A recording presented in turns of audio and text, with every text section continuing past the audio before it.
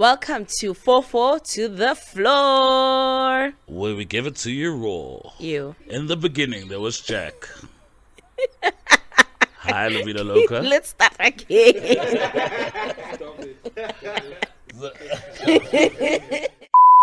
Welcome to 4-4 to the floor. Where we give it to you raw. In the beginning, there was Jack. No, DJ MABEBA. Let's live La Vida Loca. Let's go.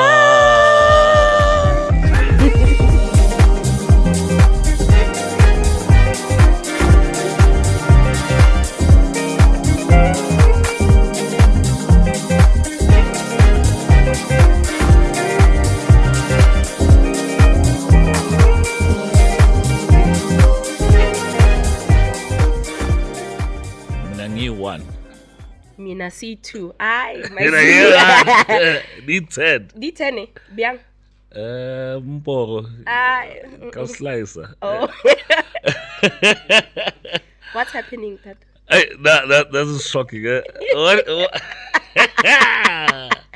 I think we need. Have you seen the Amapiano songs that go with the new one? No, the beats? Oh, no. TikTok will have you. You should it's a lot, guys. It's country. South Africa. It's a movie now. It's a movie. We must just take it as it comes, I guess. Yeah. What has been happening? What has been happening? Yes. Let's talk about the big breakup that we never saw happening. Which breakup is this one? Floyd going to MK. Johnny, sometimes you must. I get it, but I also don't get it. You know. Sometimes you get to a ceiling and you feel like, okay, I started something, but I need to move on. Yeah. But it was a shocker. How are you taking the news? I never saw it coming. I'm still trying to understand why. Yeah. And process. Obviously, I think more information will come out later. Yeah. But what inspired that move to go to the MK? You know, is it ambition? Is it being feeling undermined? And it actually makes me think, like, you know, nothing's forever. Definitely. And maybe just top of my mind, I'm just thinking, how do Christos and Vinny do it? Like, how do two people stay so long forever? It's the game. You're not gonna leave me now. I don't know. I don't know, DJ MABEBA. I'm preparing myself. Okay, that answer. But yeah, like, why do people? That's like the longevity of staying together. How do you think they do it? I think it also comes with your values. Yeah. And what is our objective? Have we fulfilled it? I'm in my chakra girl era now. Your chakra girl. Yeah, like. You need to know your why, you know. Yeah. Sometimes you have to choose yourself so you can give off. But I don't know, guys. It's very tricky. Very tricky, yeah. So it's like a whole relation. They started a whole movement together. Yeah, they got expelled from the ANC, started a whole movement. We can't. It's never set in stone. We never know. Yeah, you don't know. What's the saying? You don't know what... the straw that broke the camel's back or something. I got 1980 man. I hope we can re-edit that one. Straw, the camel's straw. I don't know. So I've been seeing you on the streets. Yeah. I attended Beats by Her. Tell the me last about it. one curated by Mam Thug. It's the last one? Yeah, curated by Mam Thug. What do you mean curated by her? So it's basically Beats by Her is just a platform to empower women in the music space, in the house space, and they gave this time Mam Thug to curate the playlists and the lineups. And so how long has she been doing it? How long has she been curating? I think, isn't it 4 or 5 years? I'm not sure. Yeah, such a long tenure. Yeah, it's been a while. Yeah. It grew and it was just beautiful. You know, it was just beautiful. Miss Jones was on the lineup. Black Women was on the lineup. Me and Mrs. Jones. Miss Jones. Hey. Me and Mrs. Jones. Classic. And then we bumped into each other. Got dipped out Josie. It was a beautiful lineup. It was more of soulful house, I guess. Was that soulful? No, it was a most artists that were there. It was mostly like a soulful house type of I wasn't soulful. It Yes, was deep. no. Okay, it was a Yeah, mixture. It was yeah, deep. it was a mixture, but It was bipolar. It was deep then soulful. Deep deep then soulful. soulful. But Yeah. I've been attending Deep Town Jersey events. Oh, you felt that one was more That soulful. one was more soulful. Yeah. Shout out to that for trying out. Yeah. And maybe then where have you been? Yeah, I've been to Brakpan. What were you doing there? Brakpan, I was there for the Italian elegant experience. Did you wear a suit? I forgot to. I forgot to wear the suit. What a beautiful set. Oh, what a beautiful event.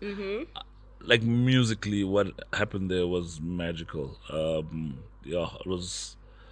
Oh, just It's beautiful. oh, I can't even put it to words. Ne? The set of Frankie Feliciano. I can see that you had a good time. It was beautiful. Yeah, yeah. Oh, it was beautiful. Really enjoyed it. Really enjoyed. K Alice was also dope. Dope. Yeah.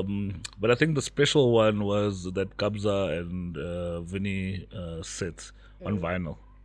Like Kabza is something out of this world. That guy Like is blessed. He's blessed. like his range, Yeah, like his to range. switch. Yeah, to switch. He's blessed. Yeah. Just technically, he's amazing. Like, Amazing. and the set that he was playing, and just to do it with with one of the Godfathers, it was just amazing. So he really killed it. Beautiful soulful sounds that played there. I left there at 4 o'clock. Yeah, no, ile koslala chumi. Yeah, I left there musically on a high. Yeah. It was really dope. The best one ever Yes. was Winter Wonderland. How was that? I even saw on the socials, and I even called up a couple of people. Like, we're still on a musical high. No, The such as Zephyrin Saint. it was beautiful. As a internet, it's always tricky as a producer DJ because you must play your songs, but you must also not play your songs. Like, but how he did it. It was an experience. It was an experience. He just put us on a trajectory that was amazing. The journey was incredible, and then he killed it with his remix of Optimistic at the end of the track.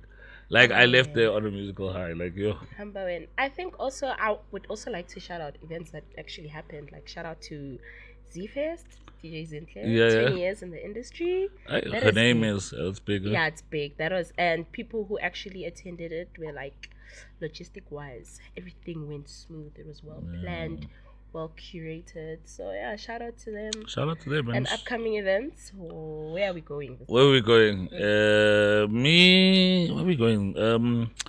7th. World is Good. At Mia Cooper. All right. With Ron Ray. The Soulful Socials.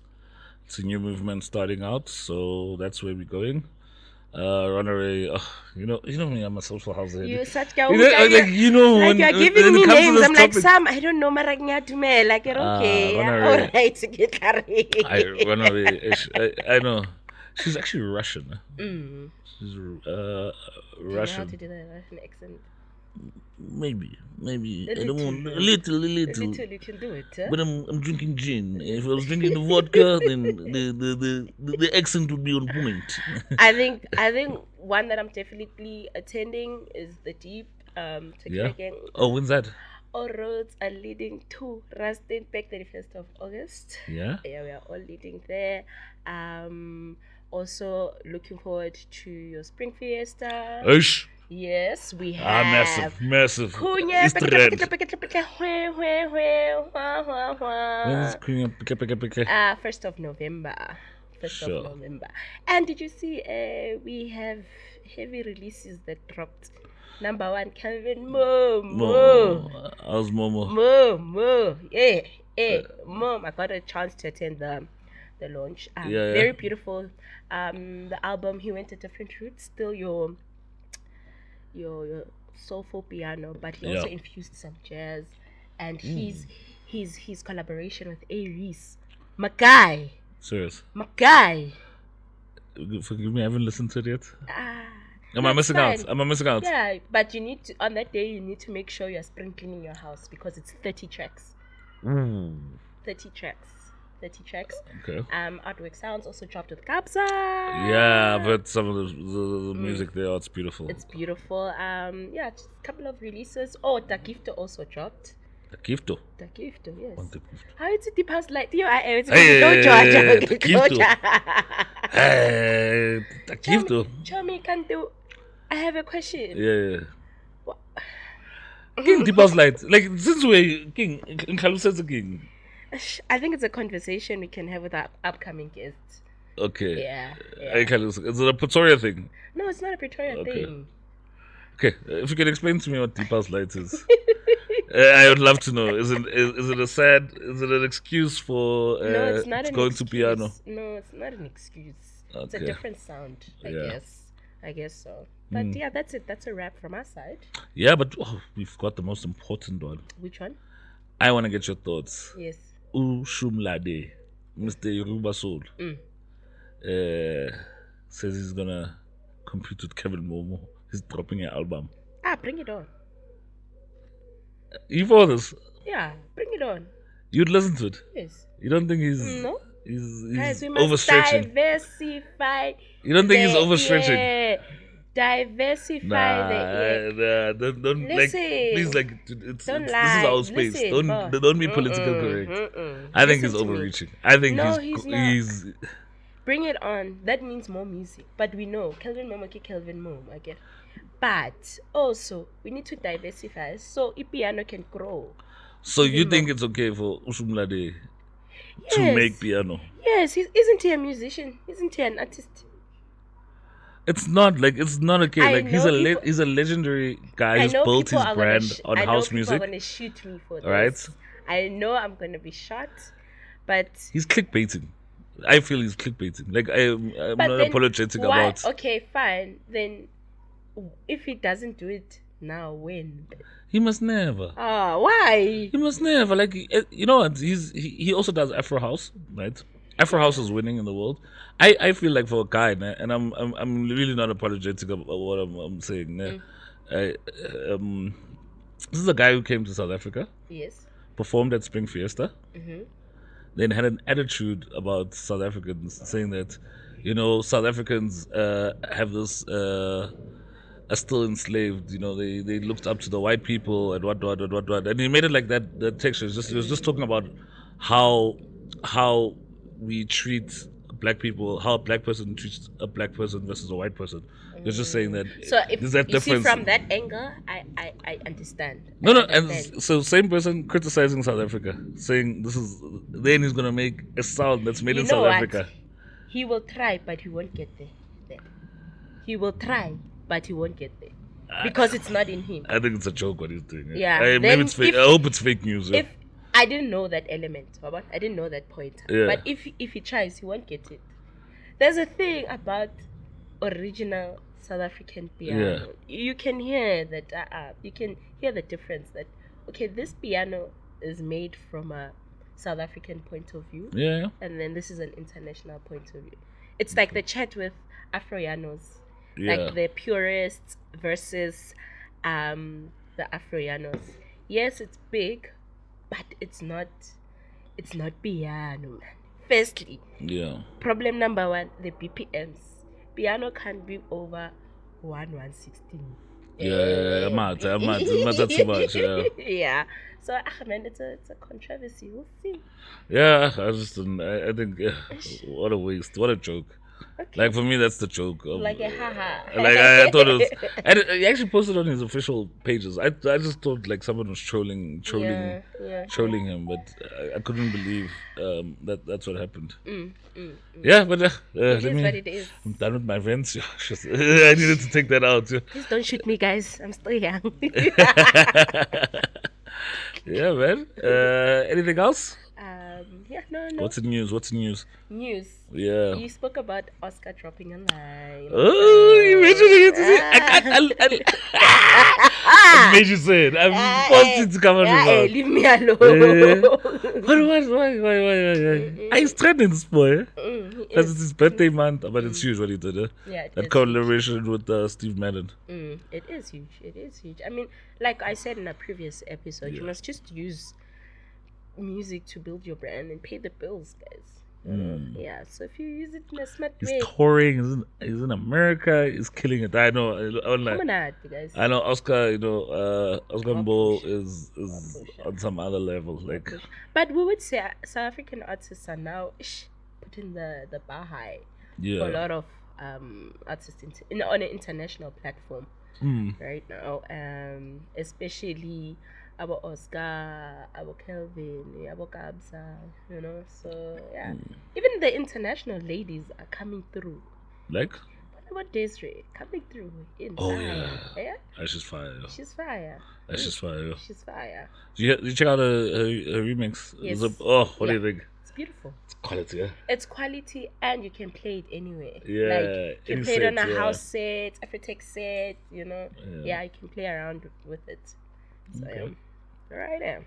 I know. Shout out to Oscar. Oh no, it's gonna be lovely when you get him on 4-4 to the floor, and it's in the works. It is in the works. It is really in the works. I think Steve Madden,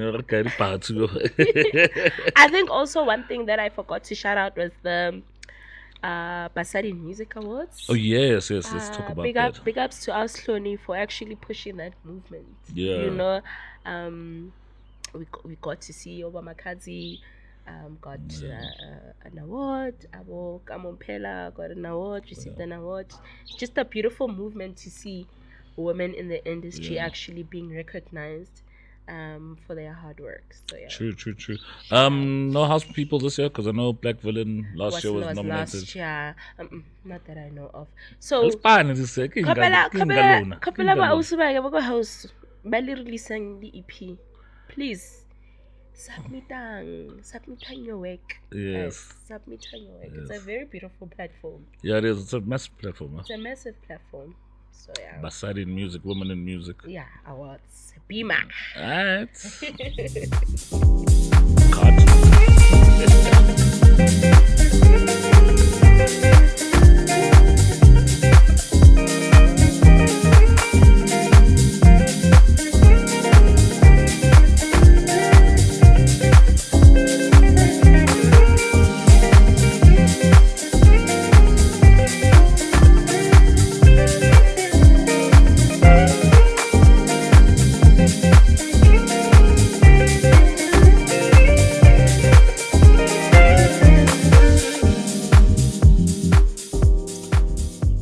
Yo. Yeah, bo. Yeah, bo la. Oh. LAVITA. How are you? Fine, thank you. Good. As you can see, we are free. Joined by one of the finest house music DJs. Best yellow bone in town. Really amazing DJ. Yes. I'm actually a fan. Obviously. Why I laugh is because I think Obviously. I think it's an inside joke, but but I'm actually a fan of Mootjies. She really creates beautiful music. When she's on the decks, she really takes you to. And officially our second guest.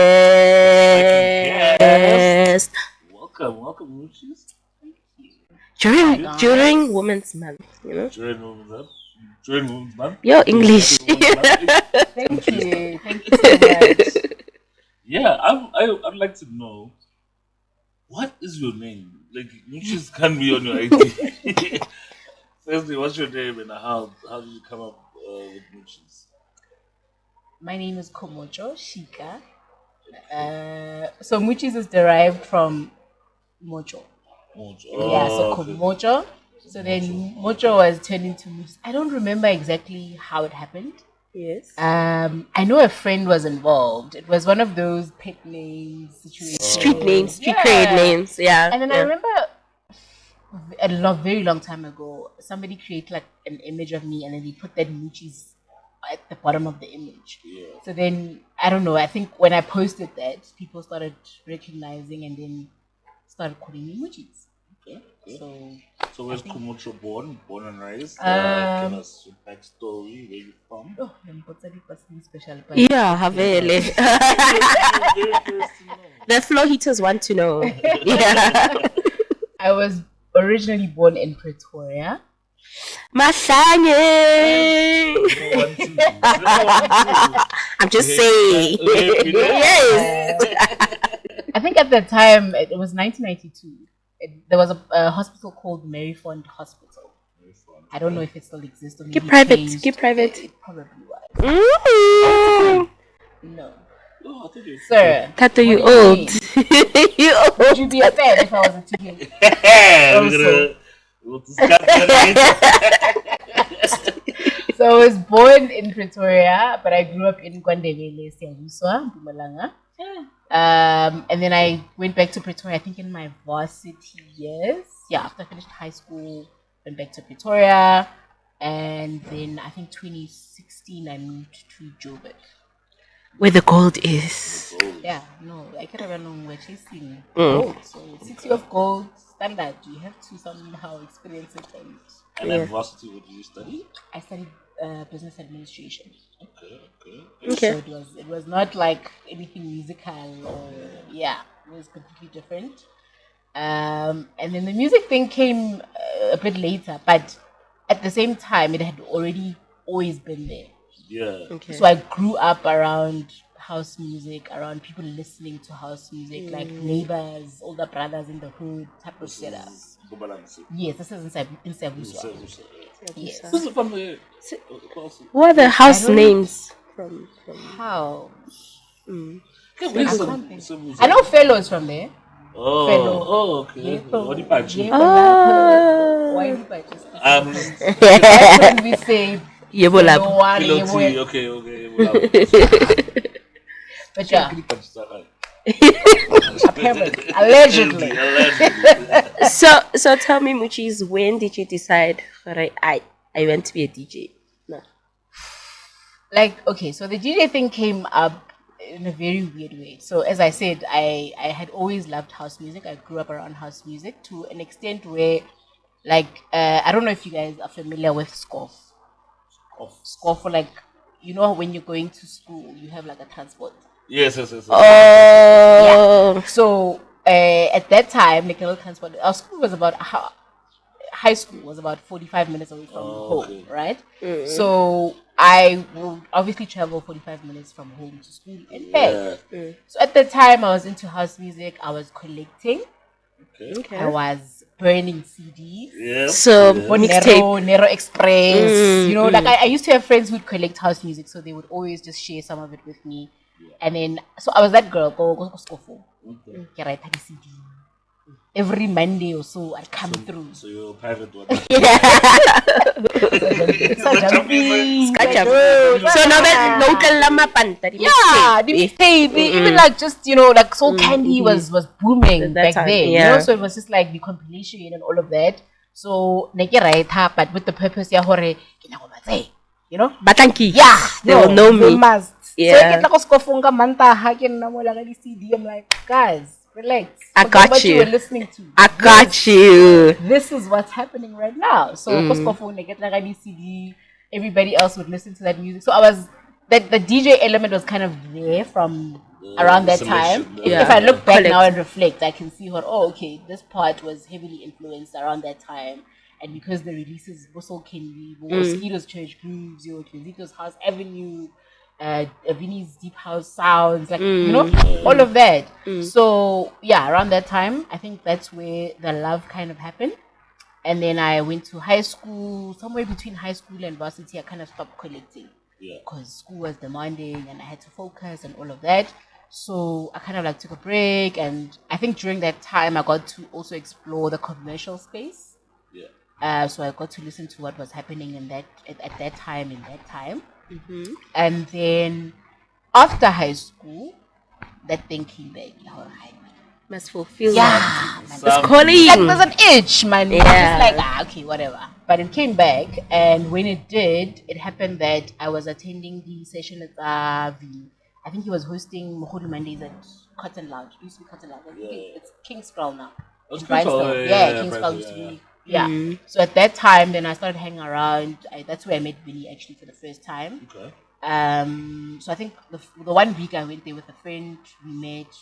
he was playing, and I was like, oh, I love that song, and I tagged him, and he came past our table to say hi, we took a picture. And I was like, no, when you guys are around, come through and chill with us and whatever.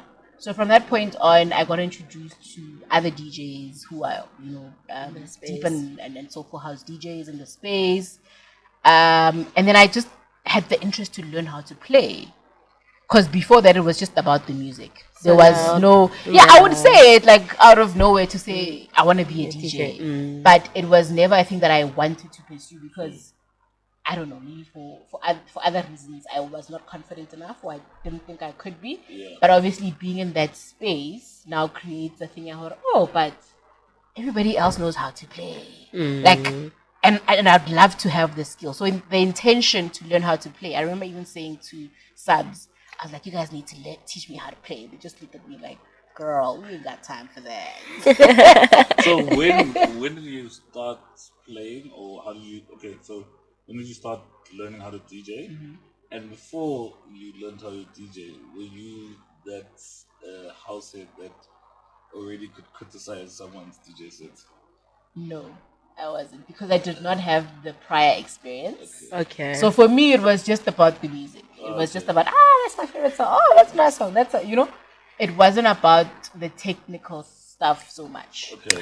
So when I started learning how to DJ, it was around that time also, because now I'm exposed to all of these DJs and they're playing this beautiful sound that I kind of like put on the back seat, but now it's come back. Yeah. So there's like that curiosity again, or that excitement around it to say, oh my gosh, I want to do this. Yes. I want to do this. So then after I asked them, teach me how to play, then they were just like, nah man, go learn, come back, and then we'll refine or whatever.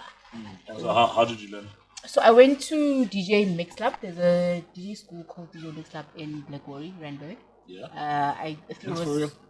No, Mix Lab was in Pretoria. Mix Lab is here in Joburg, in Blackberry. So it was through a friend actually who was just... I think they were learning at the same time.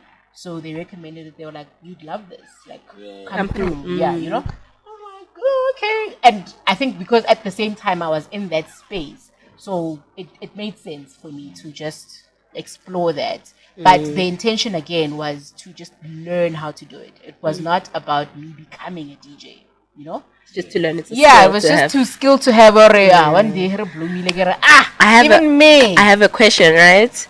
Would you say, do you miss not having a DJ ear go groove? Like, no. Like, sometimes I wish I could. Like I just want to listen to it, so it's not listening to the mixing. Remember, it's also part of the experience of the event. Okay. So if it's not on par, to say, it kind of ruins that experience for you. But you obviously wouldn't, I don't know, I think maybe you wouldn't be so technical about it, being a DJ. You would just enjoy the vibes and you wouldn't think about, but at the same time, it's natural. Everybody will play. Yeah. Everybody. I know even that. The legends play. I know that, but sometimes I wish I had that ear. Like, sometimes I'm not being a DJ, just enjoy music and not. Do you think it would not? It would change your experience. Yeah, it would. It would. In what way? Guys, technical side, brain. Because we all know when it's bad, but when it's not. Like, example, you get to an event and the sound is bad. That ruins the experience for you. Yeah, true. Yeah, it ruins it. If you're coming there for your favorite DJ and obviously you have a certain expectation and they're not meeting it, it's not not ruins it, but it's not what you expected. But at the same time, you need to understand, you're not gonna get all your sets right as a DJ also. Yeah, there are sets I'm just like, when after playing you're just like, that could have been better. That could have been better. So talking about events, tell us about your experience in eventing. So my experience hasn't really been eventing like on the full spectrum. So I've had residencies, namely the Lux. I think the Lux one stands out because it was one of the biggest ones of my career. Yes. And it came at a very unexpected time, but I embraced it. And I took it in because I believed that at the time it was the opportunity that I needed. Yes. For my career or for whatever reason, but it added value to my career, having that experience, having that platform to invite different DJs, and just communing over this genre that we love so much. So for me, my experience is very limited in terms of like planning an event from scratch. Okay. It's very limited, and I don't think I would go in that it's tough direction there, because guys. it is hectic. It's tough there. It is tough, and I think a lot of people take it for granted as well, because you get to an event with a certain expectation, and sometimes it doesn't meet that expectation. And you're not just looking at the musical aspect; you're just looking at how things are running, the logistic from the gate, from entering. Is there a queue? How is the queue being managed? If you're maybe on a guest list or whatever, how is that also being managed? You know, the alcohol, the bar, is the bar running efficiently, or are there queues? Because that also, imagine getting to an event, you're having the time of your life, but at the same time, you're struggling to get alcohol, or go to the restroom, or tea, or going to the toilet. Yes, those little things are part of the event. Like, in as much as people like to look at the lineup and who's there and the musical experience, beautiful. But there are also other things in terms of me coming into the gate. From that point on, my experience of getting in, accessing alcohol, accessing bathrooms, like being safe also, because I think that's also another aspect that we don't really press on, like the safety of an event. True. As a female who is not a DJ or not in that space particularly, and I'm coming there for the first time, do I feel safe? Because also, remember, there are people who are intoxicated. Yes. There are people who don't have boundaries. Yes. Next thing, you are just trying to have fun, and then somebody's trying to do their things, and you're just there. like, yo, dog, I'm not about that. And that time, maybe you don't even have friends who can protect you. You're just there with maybe the DJ. The DJ is playing at that point. Then what? You know? So, like that for me, eventing or going to an event is an experience. Okay. All around, from from the logistic, from the bar, from the safety, from the bathroom, from like everything, as those little elements that sometimes people don't take care of or aren't mindful of. And I think maybe that's part of why in our industry or in our community we see a lot of male dominated spaces. Because people have you ever asked yourself why you get to a gig and it's literally just a lot of males? Father's Day, Uncle's Day. I was at a gig. I just want to say which gig. I don't want to ruin relationships, but why? I'm trying to think. Why, as a guy, why is it? Do you not think that part of it is the safety element? Because it's such a male-dominated industry, and because we know that in South Africa, male GBV, harassment, we experience it on a daily. Whether you are at a taxi rank or you're at work, you are like in different spaces. It's not just. But it's so like contradictory, because then if you look at hip hop, which some of the music is degrading to women, it swears, it's got all these violent elements. It's very complex. But if you go to a club, it's balanced the odds. So why the hip hop music in the background and going to a club? You get that safety, but where house is more peaceful in the messaging, and let's all have. But peaceful doesn't equate to safety. I think in general, in all event spaces, this is on like it's not just about our industry. I'm talking about events at large. Like that safety aspect is normally overlooked a lot of the times. Because remember, also people are having to travel to and from the gig. So do I feel safe enough to say, okay, I'm going to leave my house in Uber, and when I decide to come back, do I feel safe enough to go back? And maybe this is a South Africa problem. Could be. It's not a South Africa problem. I think it's more a South Africa problem. It's not just a South Africa problem. No, I don't think so. Sorry to cut you. Like, generally, it's just I'm going out festival culture. You just know that, firstly, you need to be aware and mindful of your spaces. If you know that you're going to be intoxicated, you go with a small fanny pack, you put in your stuff. Traveling, it's your Uber. I think also it also like she reverts back to how the event organizers think about the customer or the people who are attending the event. From the minute I walk in, if I see there's a car guard entrance, I feel a bit of ease. No? Absolutely. Okay. Yeah. Yeah. I think I attended boiler room event. They had different spaces. So if you feel like you're feeling a bit way off and you're tired, she said so had a section where you could just sit down and just breathe a bit. And they even had a charging point. Most people don't even have. After groove, your phone is off. Yeah, it's the charging point. So that's why venues make it easy for people to come say, hey, go charge your phone because they understand the safety of it all. But like you're saying, it's a South African culture. You must learn the culture of groove, also of festivals. Sorry, you go in there, but how's Morocco also? Yeah, because like I have experiences where I'm playing, like for example, deep town, like in Johannesburg, like in the city, and a lot. Sometimes I don't have a driver, and I'll have to drive myself there. I end up not fully enjoying the experience because I'm thinking about the safety of my car, for example. But when I parked, there was no car guard, there was no situation where I felt like this is a safe space and I can enjoy myself and whatever. So now I end up going to the experience very apprehensive. I want to enjoy it, but I can't because I'm thinking about the fact that I still need to get home and because I didn't see these safety precautions in place, you know? So one of the elements of eventing, and I feel like in South Africa, it's not a very prevalent thing, and maybe event organizers need to look into that. Yeah. And even in our industry, because I attend a lot of events in our industry, and some of those elements are just and busy.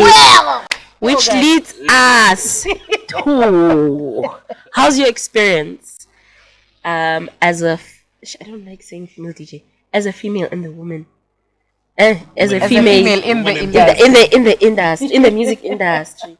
I can answer that question myself, but you can start.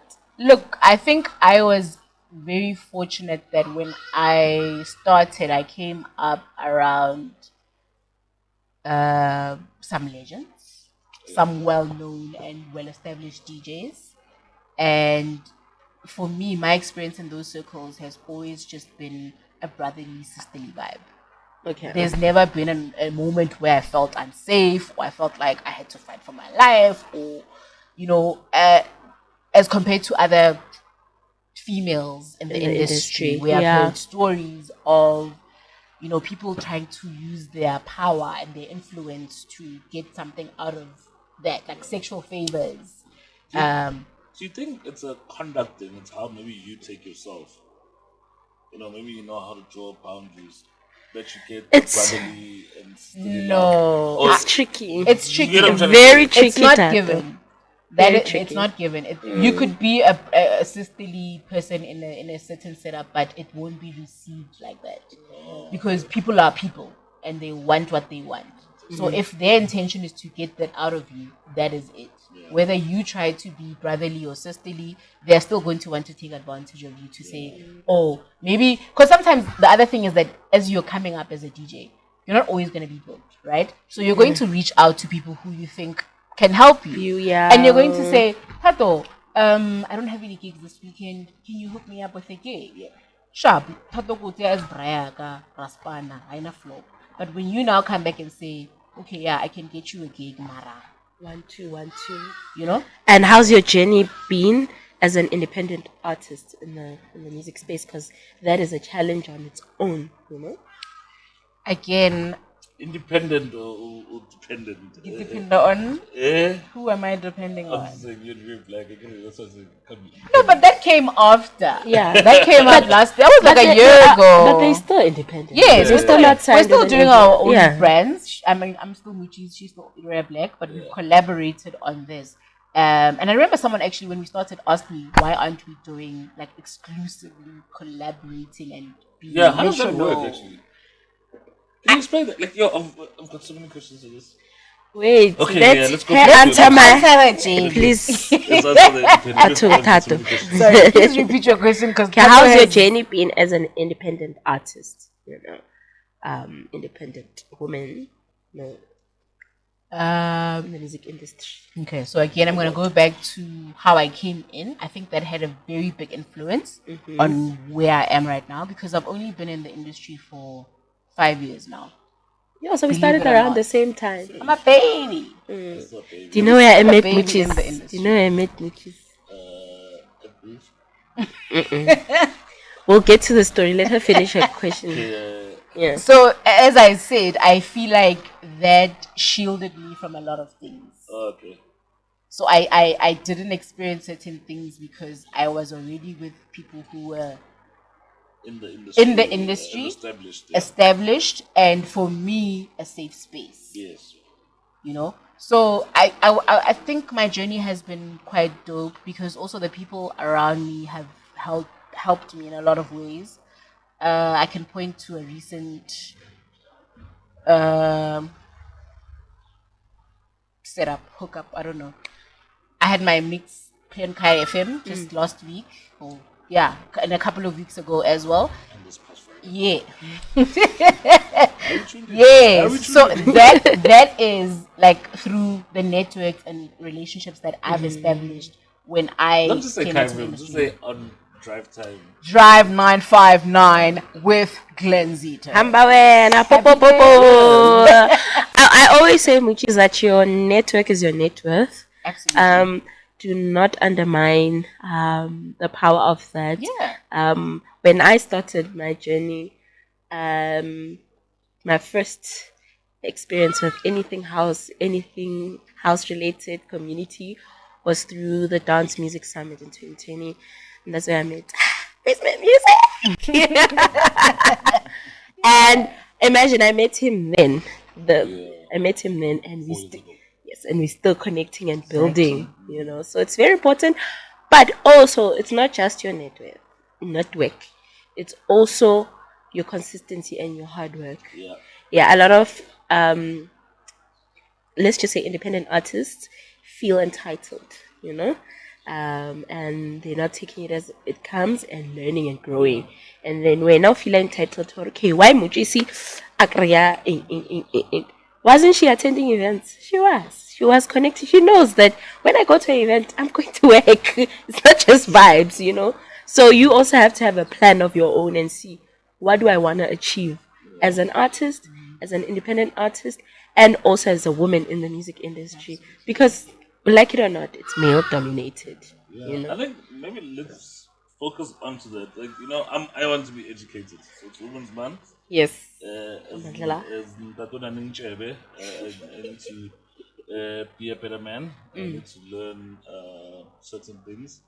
So in this male-dominated industry of ours, what goes wrong for you guys? Like, so we've got, and I want to maybe touch on the sexual harassment. How bad and how loud is it? Is it potent? Is it something that needs to be addressed? We need to start naming and shaming people. Have you guys ever experienced it? You know, is it? It's very deep. It's very deep. It's too much of a question. It's very deep, but it's not too much. Yeah. Like you experience it even on your daily life, right? Yeah. Like Mootjies was saying that you get harassed while you're walking.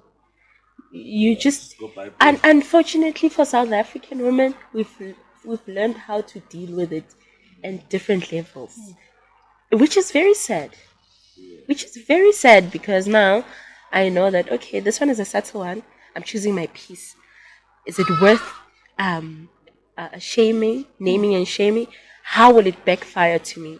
How many people have? I'm not saying people should not name and shame, but how much damage will it cause to me if I name and shame this particular person? Because yes, the limelight will be on that person for that day, but mentally it will be back to me again. And will it ever be solved? That's a question also. And probably the stigma around it. Yeah. Yeah. It's very hard. It's very hard now. And put yourself in an upcoming artist, right? Yeah. I've learned the skill. Even let's just take it to learning how to DJ. one of the reasons why I believe schools are booming now, DJ schools are booming, is because of the culture of I'll go to you as a little sister or as a young girl and be like, hey, bratato, I would tato kopelong ruto DJ. Hi, Mara. Okay, it's like a studio. How just studio? The candles are on. Now you're like, okay. Where are the candles on? And you're just like, okay. There aren't even candles. There aren't even candles. Vele, for me to learn to pitch and adjust, I must go through this scary, ordeal. So I think that's where it starts, right? Now I've learned the skill. I've taken myself to school. Now I'm going to a promoter, right? I'm like, hey, give me a chance. Then they're like, no, you don't. You're not part of the aesthetics. The aesthetics don't fit. You understand? Yeah. And you're just like, okay, am I gonna be nice to this person? Should I cut them? Should I remember? And then one thing you should know that promoters work together. They know how to call each other. Like, oh, I meet Ntwana or ing. So it's a whole thing, and I guess that's why I'm leaning back to it's important to see what you want and then try and get it the way it fits you best, right? I'm not saying it's easy. Siyakhala, kato. Nekikra 50 rand, kinamela from Hammanskraal, ke atropong ke re ko hlala. Motho a teng wa itse hore to go to Hammanskraal is more than that. Ke motho ka re mara transport. Mara wa go for 50 rand. And I intemahara everyone now want to her over 50 rand. So it's tough. It's tough. We cry every day, but we need to also look at there are women in the industry who ran for us, so we can walk and try and build. A culture is not built in one day. You have to break boundaries. It's a long game. It's a long game. For us to be able to even say there's an all-female lineup, okay, USP, how many women were harassed to even us to have a whole lineup? Yeah, it's tough. Tough. Actually, that's actually a thing. Honestly speaking, I've said this before. I think females make better DJs. Yes, they do. Enlighten us, sir.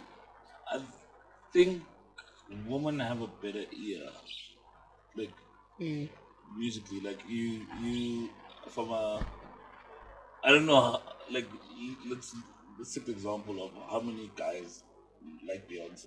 That comes from a female influence. So, I would never ever wake up and say like I like Beyonce's music, but it comes from a female influence. So I think female influence on music, and I think that's why you guys make better DJs. But then, just to ask you, which is this. So what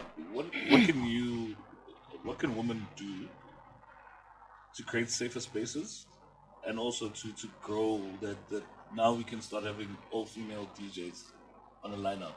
There's there's lineups that just a woman and the crowds come to. So what are you guys doing, or what can you guys do in the industry? What needs to be done in the industry to continue the success? I think the biggest thing is collaboration. More than anything. Yes, we're all pushing our careers. We're all trying to, get to where we're trying to get.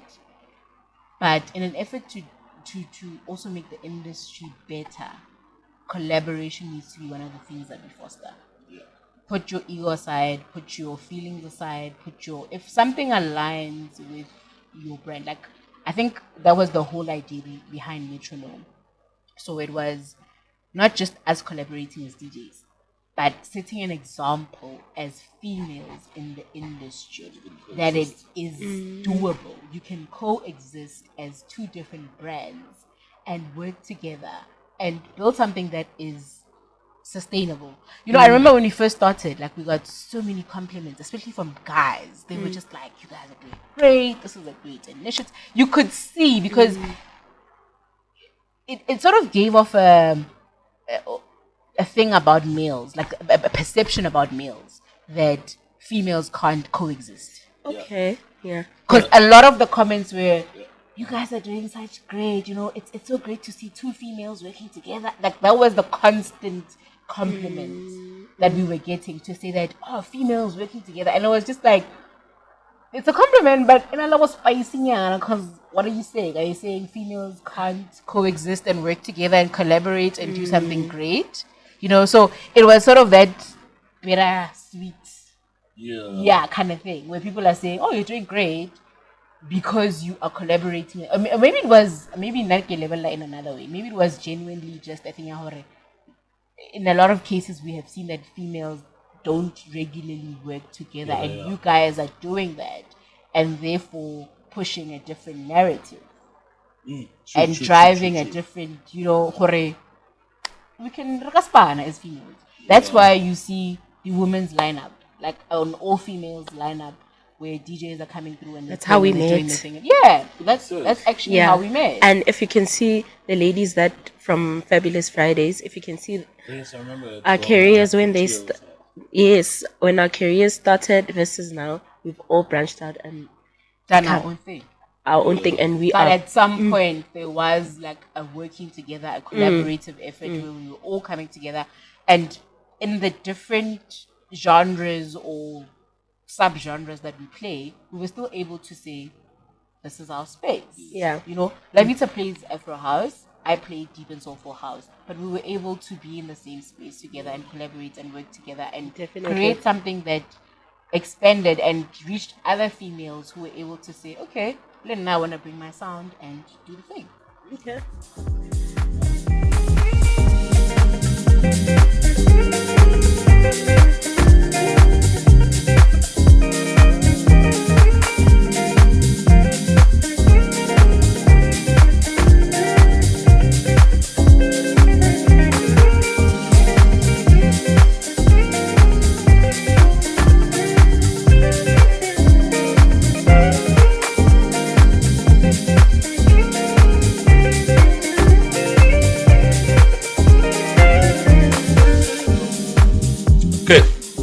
So safety, we've been talking a lot about safety, sexual harassment. I want to know if these gimmicks as well are safe, to have your thumb out while you DJ. Doesn't that allow you to have unwelcome attention? I don't know what you guys' thoughts are, but actually, can you give it to us raw? This, excuse the pun, but this T-string that comes out, us knowing the color of your underwear when you play us music. I haven't seen it in our industry particularly. Okay. Yes. Is that an indication of some sort? Is it a lacking thing? Would you like it to be there? You're not lacking. What do you think? Like, it's you guys are house. At the end of the day, you female DJs. You can have female house DJs, but you guys are all colleagues in the same industry. So this gimmick thing. So, Mina, I know that when I go to gigs, I want to be comfortable.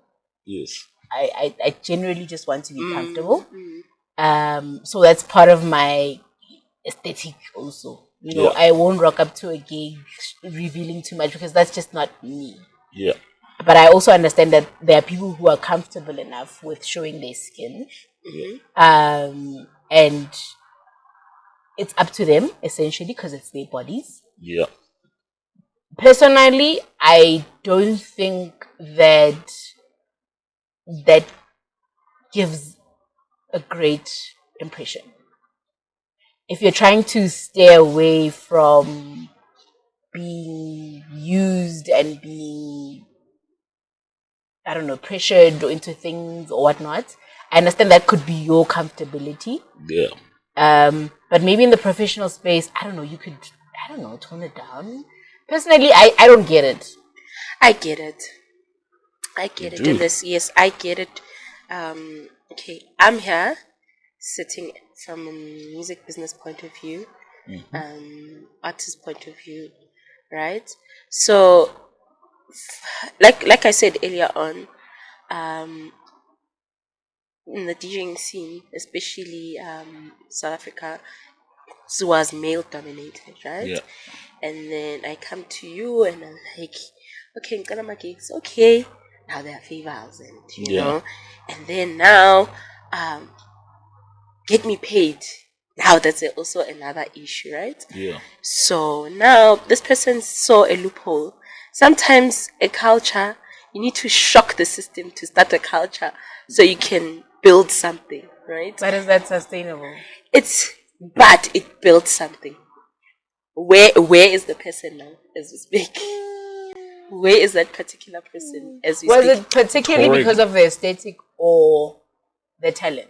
Also, that's the other thing. Because you could show your thong, but you have zero talent. I think you know what's the problem? The problem is not the aesthetics. Okay. The problem is the talent. Yeah. That's where it's failing. Yes. You want to be good at something, you need to learn and you need to practice that skill. And you need to put in the time. Yeah, you need to put in the time, right? If that and the brand aesthetics match up, then I don't have a problem with it. Yeah. So if it's solely based on the aesthetic and not the talent, then that's where the issue is. Yeah, I think that's where the issue is. But also, what are we doing to solve this? We are complaining, right? Yeah. But so business is going. Just to add on to what you said about the aesthetic and not the talent. Yeah. Because the other thing that we need to remember is that DJing is an art. It is. Yeah. And I think that's why a lot of people are offended by how somebody can wake up tomorrow and say, I'm a DJ. That's the issue. Because it's an art. We've known it as an art. We've known it as the art of track selection, mixing, reading the crowd. Like it's based on a couple of factors. You need to be able to read the crowd. You need to be able to have the right track selection. Like you can't play a banging song at 6 in the evening because you're building up. You know? Yes. So understanding that as well, so I feel like people who just wake up one day and be like, I'm gonna be a DJ and whatnot. What happens to the art? What happens to putting in the effort? What happens to actually thinking about the music that you play, how to curate it for your particular time slot? You know that you're playing from 6 to 7, for example. Yeah. You can't play a really banging song that is meant to play at 10 p.m., for example. Because there are those songs. Whether we like it or not, there are those songs that are made for an opening set, a mid set, and a late night set, a closing set, or whatever. So for me, understanding the selection, going and actually looking for that music, and not just playing that, because that's also how I feel about the piano culture. Yeah, is that you'll get to a gig, they'll be playing. Yeah, you know, and you're just like, huh? You know what, Mootjies, I get that it's important to curate and stuff, right? But this culture shock was needed. Why was it needed in the first place? We're introducing a whole new genre to South Africans and to the world. We needed it to be blown up, right? And have a statement, have a standing foot. And sometimes wait, are we still talking about the thongs? Yes, we're talking about that. We're talking about the thongs, and sometimes all we need is culture shock. Yes, it's uncomfortable. It's uncomfortable, but it was needed. You understand? Because now there's a culture shift. Also, women are now being booked. Yes, argument, aesthetics, talent. We still need that art. We just say, fine. Now that you have a platform, now that you've heard our voices, we are here. Sometimes I needed to show that through nudity. Unfortunately, but what you're doing, some say they saw it through. But what you're creating now is the cheat book for if you want to get it into the industry, you need to do this. So I'm not saying that, guys. But that's you know why? Because I've seen a person. I was at Matt Black. I think what's her name? I don't know. She doesn't know me. I think Playco or something. I think that's a DJ name. Literally, a bra, a strip designer, and a thong was showing. Hope it's not Playco. I don't think it's Playco. I don't think it's Playco. So whoever it was, but there were two of them, and I'm like, is this what's happening now? And I think there's an abundance of those DJs that are coming up I like get that. it. But also, it's also the promoters, it's also the club owners that are promoting the crowd. It's the ones they're booked and busy. How do you feel? That's what I'm saying. How do you feel when I you're think not you know booked what. and busy? The other thing that we need to also understand is that we have different establishments that are catering to different markets. So maybe for that for that particular establishment, that's what sells. That's what works. Having half-naked girls, having half-naked DJs, or whatever, because maybe the clientele is about that life. But can we also say just girls? There are some guys also, Libona. They have their own aesthetics that, such as... I'm just saying such as... I'm not going to say such as. Give us an example. We don't know. No one's listening. No one's watching. Tell us. We don't know. But also now, there's a culture of wearing helmets, gloves, Uber bags. No, but you see, wearing. Other one is addressing. They're showing things that are not supposed to be seen. Yeah. But so if I were to rock up to a gig like this, would it be a problem? Like I am. Do you see what I mean? It's damaging it. It's really damaging the plight of DJs who are female. Yes. It's creating an underestimation because, I feel like every time a female plays, like we as us listening, like, oh, isn't she gonna mess up? Like you know what? I feel like people know what is what. Yeah. They know what is ratchet and they know what is quality, and they have the option to choose. Yeah. Do you think house music needs it? Like you're talking about that house propelled this new genre. I'm up here and give to the world. That shockwave. Do we need it? No, we don't. House has been there, has been present. The shockwave that we need is more conversation. Yes, that's the shockwave that we need.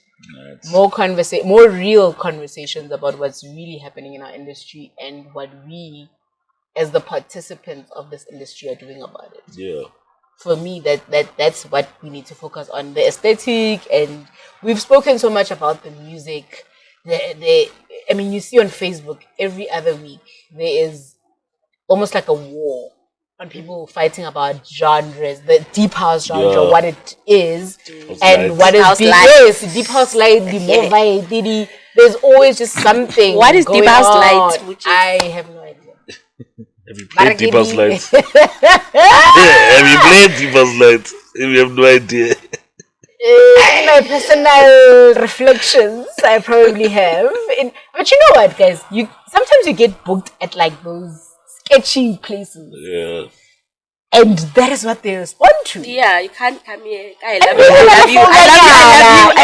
love you, sweetie. Because you understand. Also, because obviously they book you and they tell you we are here. So my process is that when I get a booking and they tell me this is the place, I'll go and research. Yeah. I'll go look up the place, see previous events, see what the vibe is and whatnot. And you can see where Jazz is not going to do things here. Jazz is not going to work. Yeah. It's not going to sell. And you've agreed to the booking, they've paid you. It's happening. So what are you going to do? Yeah, I get. But you know what? I think we shouldn't limit ourselves. I actually respect it. Like you said earlier, you said a DJ needs to read the crowd. And I think we like this thing of you need to be deep, you have to play soulful. So I think I think that's a purist perspective. And also on Facebook, you get a lot of those. Yes. So a lot of the people who are always defending the genre, and a lot of them are like deep house purists. Yeah. So even in the conversation, you will hear, this is the music that we listen to. This is the music that we grew up listening to. Yeah. I get that. But the reality is that it's evolving. Yeah. It is changing. Sure. I've seen now, even like the newer DJs and producers, they are naming or dubbing the events next generation or new generation. Yeah.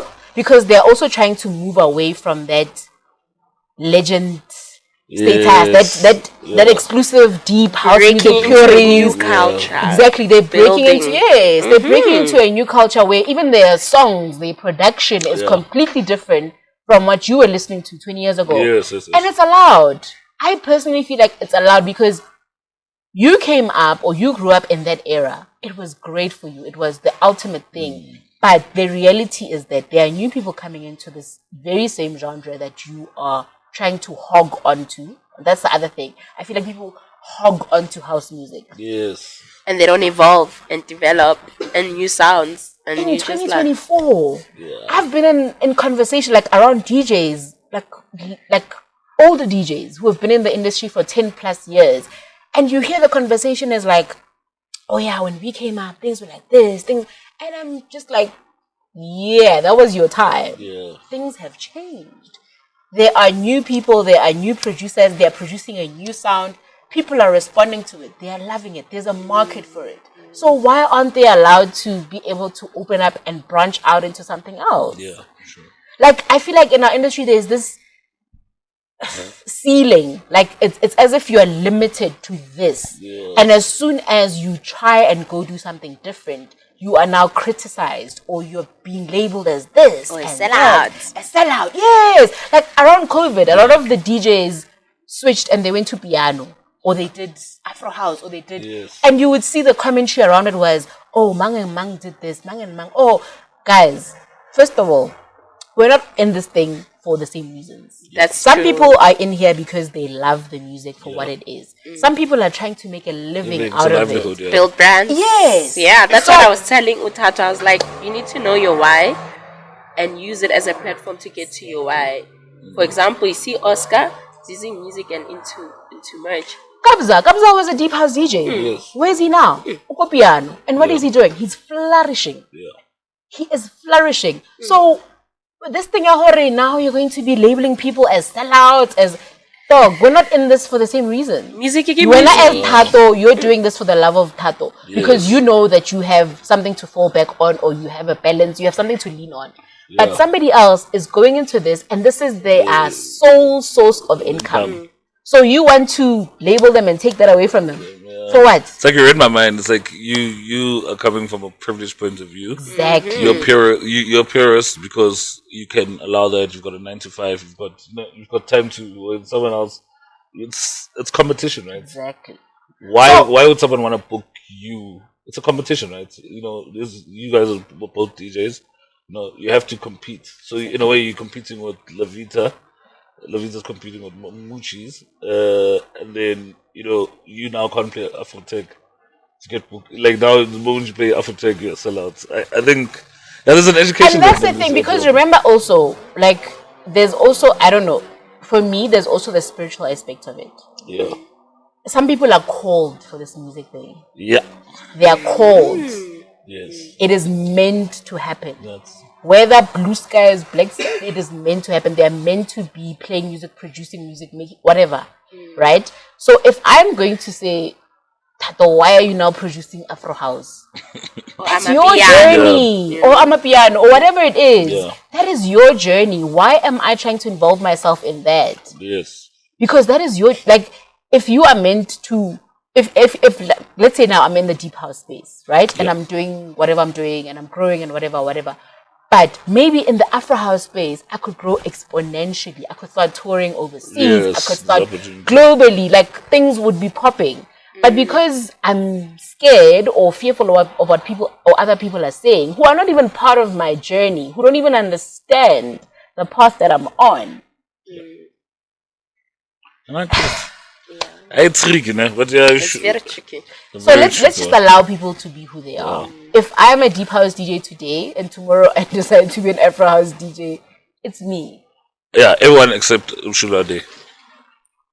Zero Everyone marks. except Ushulade. Okay, Yeah. you win. No, You guys win. yes. I accept.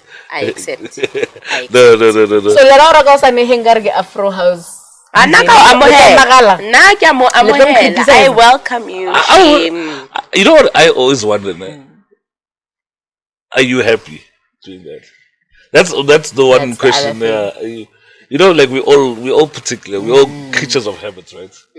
You know what's safe for you. Yes. But like That's the thing. I know what's safe for me. So if I choose to go in a particular path that doesn't necessarily resonate with you, it shouldn't be a problem. Yes. As Tato, knowing me as Mootjies, and in the beginning you said you're a fan, right? Now because I don't play the genre that you loved, does it mean that now I've lost a fan? And you never know where you could go, you know. I remember I was having a conversation with Cornelius, and he was like, Cornelius essays like started off house, deep house, Afrotic, and he got more fans with his chill music, and now he's like you with your ingenuity, playing those type of markets, you know. So at the end of the day, if you know your why, ish, then other And people you know what's can bringing bread to the table? Because at the end of we need to be real about that. True. Yeah, you need to. If Afro House is performing better for my career, I'm obviously going to be dragged into that route, and I'm going to do it because I know at the end of the day, and I'm going to be able to pay my bills and provide for my family and myself and whatever. And it's sustainable for me. So it doesn't matter how Tato now only the opinions are high and whatnot and whatnot. At the end of the day, if I'm getting fed and if I'm happy and genuinely fulfilled, I don't see a problem. But then why do you think we don't? So you change route, and I'll give an example of let's say Black Coffee. He came up in the deep and sofa house space, but now that he's gone on his path, he knows he knows that the space is still lacking or needs to grow. What is he doing for the development of that space? Because that allowed him to venture into the space he's in. So I always wonder if you change routes and become a piano or whatever hip hop, what are you doing for uplifting? Because there's a reason why you changed, right? The money wasn't good enough. Now that you're in that position of power, how do you play it back? Why do I have to? Why? Why am I obligated to? If it no longer serves me, why am I obligated You've to? done your part. But you know the hungry mouths that are there. It's fine. I'll pull out the few that I know I can. We've seen Black Coffee invite South African DJs to his residency, like LAVITA. We've seen collaborations. Yeah. So it's not going to look like what we want it to look like. Because at the end of the day, you need to realize, if I leave a certain path, it's because it no longer serves me.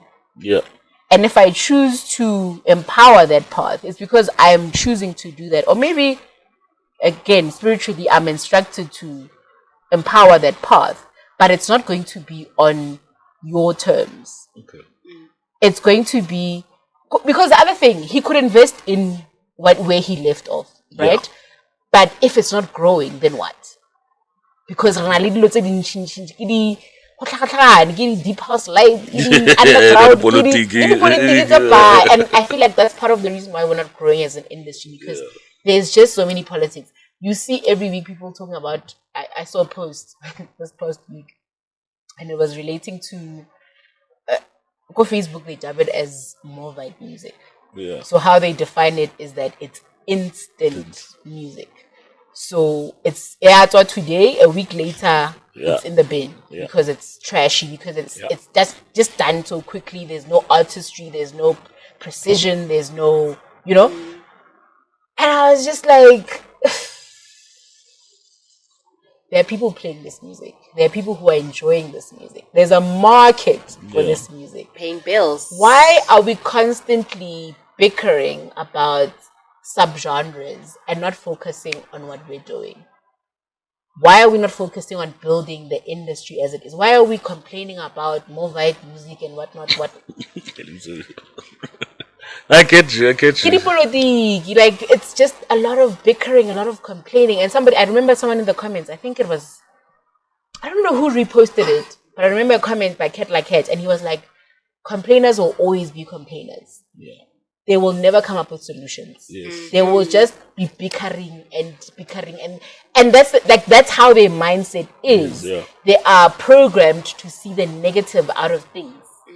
They are not going to, even if you do good, they're not going to compliment you did good. No, it's always going to be about the negative aspect. And at some point, you just need to just close that out. Close out the noise and focus on what you're doing. and do it to the best of your ability. True. Honestly, like, politiki. But then Bye. I think also that's what keeps look, culture alive in I'm not public. saying riska volela when things are going wrong, right? But at the same time, solutions. Come up with solutions. Solutions is And a shame, these people that are complaining, and the people who are putting in the work, they see the results. True. They see the results. No, but you can see, you have like DJs who have been in the industry for 20 years plus, and they keep on about complaining. I came up in when I came up in the industry, there were also like comments. Hey, why Mootjies? 5 years. 5 years. Not even 5. No, it was just like, why is Mootjies getting preference? Or why is Mootjies getting this? Why is Mootjies getting certain gigs? And for me, it's just like, really?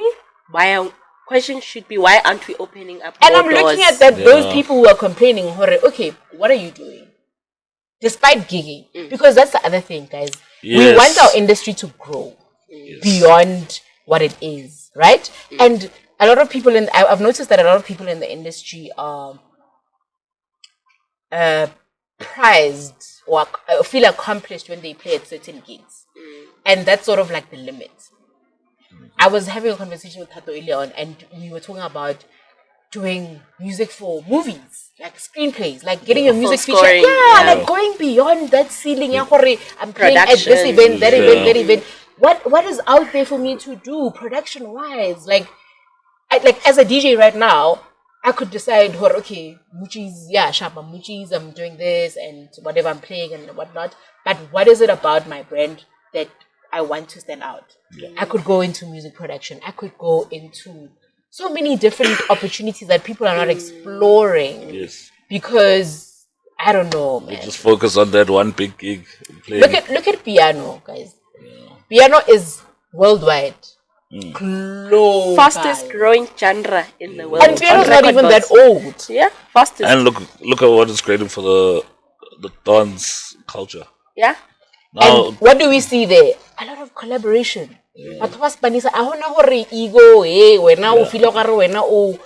There's collaboration. People are working together to create value, to create things. Like I was looking at the international tour guides, the other day, and I was just like, and even beyond them, there are other younger people. They're also touring globally. And I often ask myself the question, we bring a lot of artists this side. Why aren't we going that side?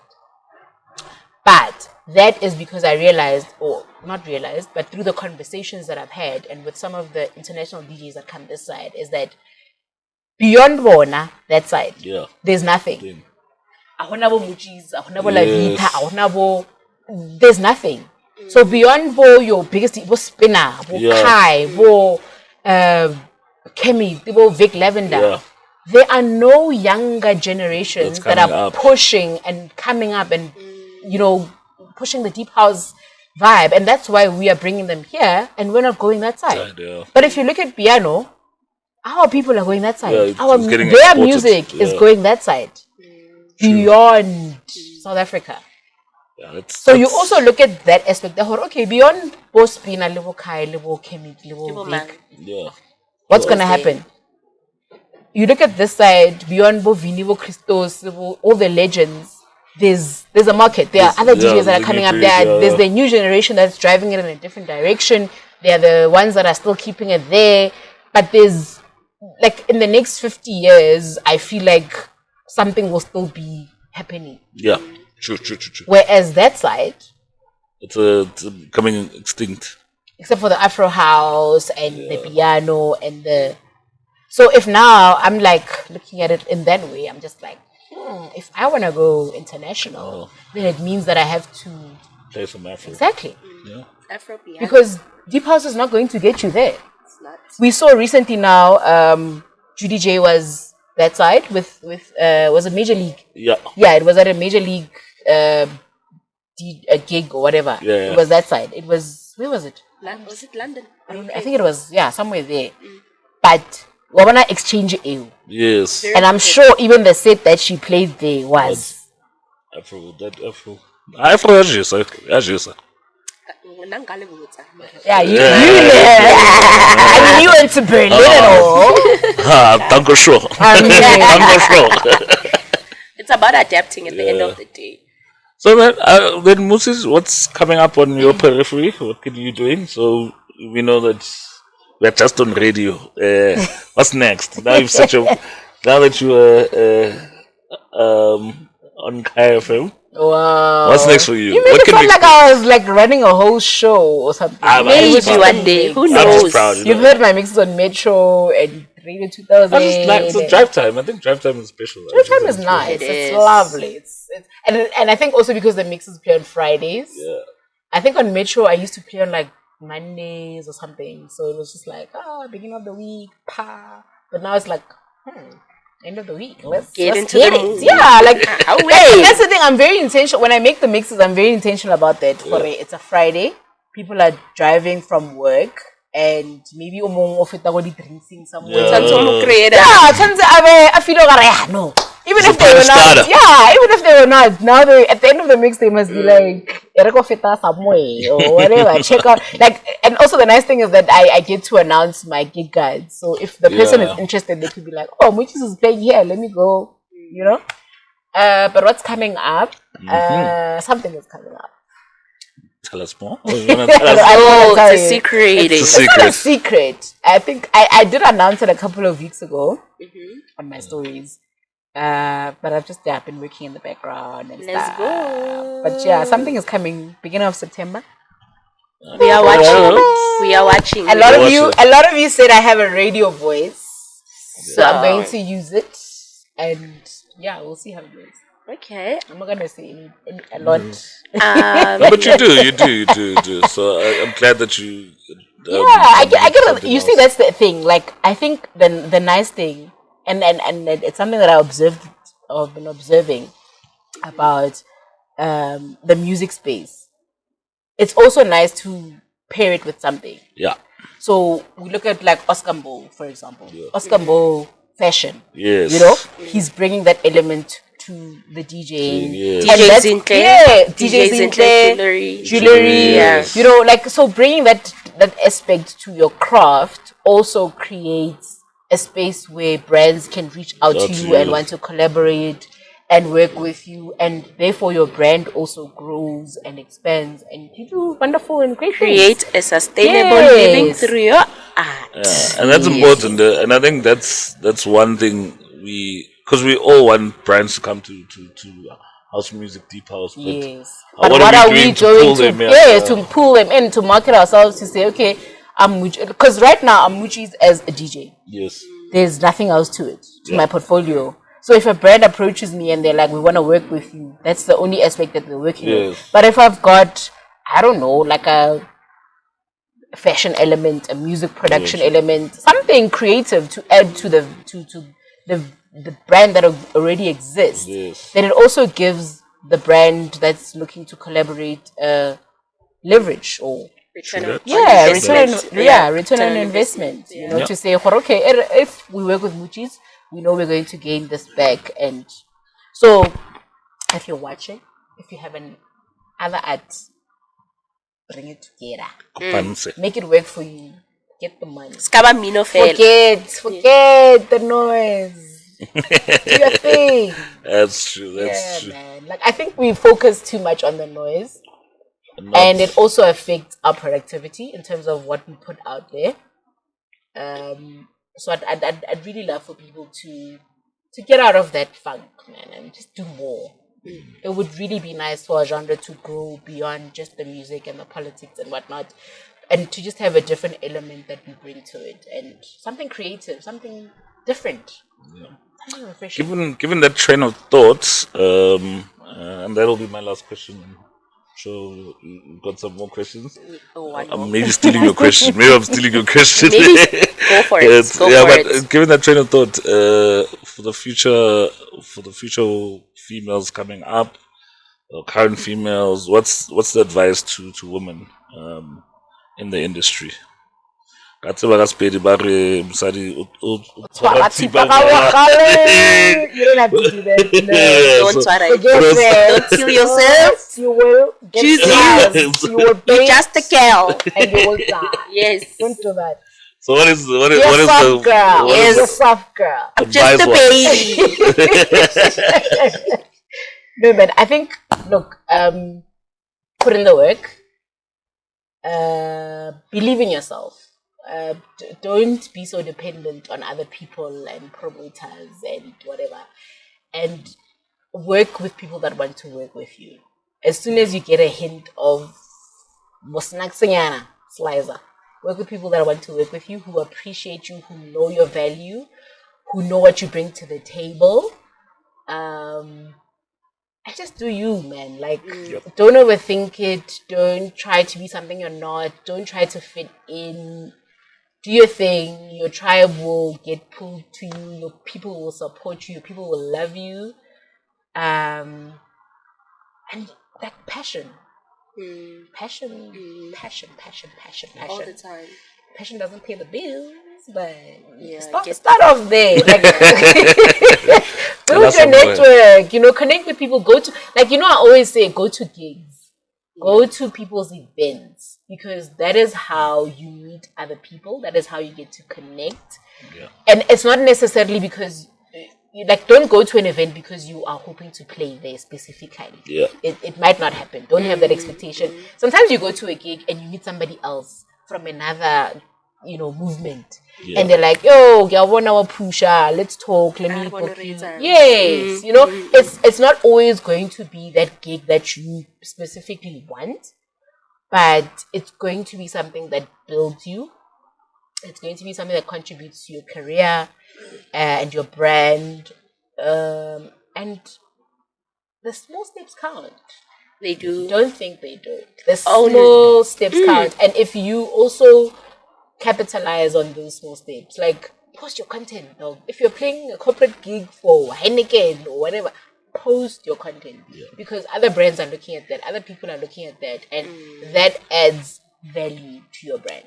It does. Own lane, own pace, own race. Now, yes. Like, that's the other thing. Yeah. Like, own pace, own lane. Yeah. Own race. There are a lot of ladies doing a whole lot of stuff out there, and you don't know how they're getting those gigs. So sometimes it's not money. Hey. Mara, be true to yourself. Don't try to be something you're not. Don't try to be something, because it's not gonna last long. There's a saying my pastor once taught me. She's like, what you did to get it, you must do to keep it. True. It's deep, that's true. Yeah. Because Ziyakhala. Ziyakhala. Ziyakhala. Siyarapha up, manje. Any last thoughts? Last comments? they're gonna question you.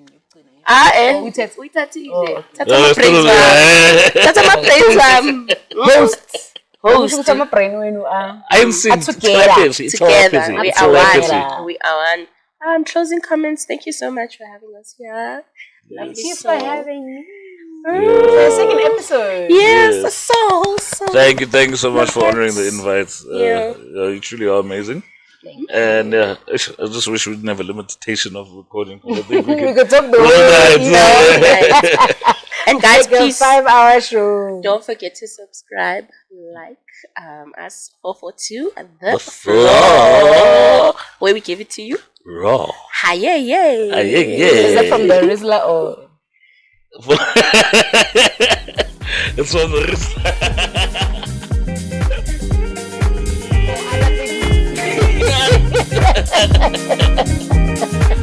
Yeah.